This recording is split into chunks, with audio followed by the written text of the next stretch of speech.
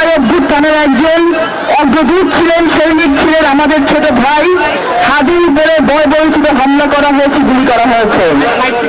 এর আগে চট্টগ্রাম ৮ আসনে জনাব শহীদুল্লাহর উপরে বর্বরচিত হামলা চালানো হয়েছে। তিনি বিএনপির মনোনীত প্রার্থী ছিলেন। আমরা যেখানে আজকে দাঁড়িয়ে আছি, বিগত 17 বছরে স্বৈরশাসন মাফিয়াতন্ত্রের বিরুদ্ধে আমরা লড়াই করেছি 17টি বছর। আমরা যে বাংলাদেশের জন্য লড়াই করেছি, সেই বাংলাদেশে এভাবে বাংলাদেশের করে জনগণের বুকে গুলি চলতে পারে না। আমরা আজকে এখানে দাঁড়িয়ে এই ঘটনার তীব্র নিন্দা, প্রতিবাদ এবং ধিক্কার জানাচ্ছি। জুলাই অভ্যুত্থানে 36টি দিনে শত শত হাজার ভাই, সন্তান, বোনের বুকে গুলি চলেছে। হাজারো হাজারো বন্ধুত্ব বরণ করে এখন পর্যন্ত হাসপাতালের বিছানায় কাতরাচ্ছে।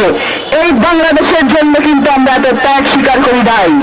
বিগত 17 বছরের পুঞ্জীভূত ক্ষোভ, বিগত 17 বছরে যত ক্রসফায়ার হয়েছে, যত গুম হয়েছে, যত হামলা হয়েছে, মামলা হয়েছে, এই সকল কিছুর জবাব হিসেবে জুলাই অভ্যুত্থান সংগঠিত হয়েছে এবং 5ই আগস্ট বাংলাদেশে এসেছে।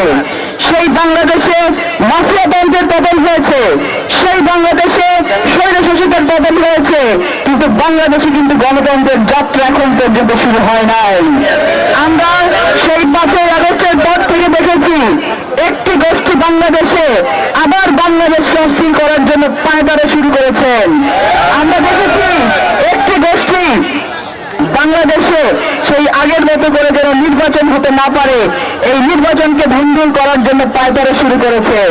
স্বৈরাচারী আমলে মাফিয়াতন্ত্রের সরকারের সময় যে কোনো ঘটনা ঘটিয়ে যেমন বিএনপির করে দায় চাপাতো, ঠিক একইভাবে একই কায়দায় সেই চক্র কিন্তু আবার বাংলাদেশে যা ঘটছে বিএনপির উপর দায় চাপানোর জন্য পায়তারা মারছে। আমরা সকলকে সতর্ক করে দিতে চাই, আমরা বাংলাদেশ জাতীয়তাবাদী দল, আমরা মানে হচ্ছে বাংলাদেশ। এই বাংলাদেশ যদি রুখে দাঁড়ায়, কেউ বাংলাদেশের জায়গা পাবেন না কিন্তু আপনারা।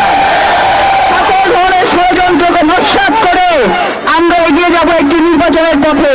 সকল ধরনের ষড়যন্ত্রকে মোকাবেলা করে আমরা এগিয়ে যাব একটি গণতন্ত্রের পথে।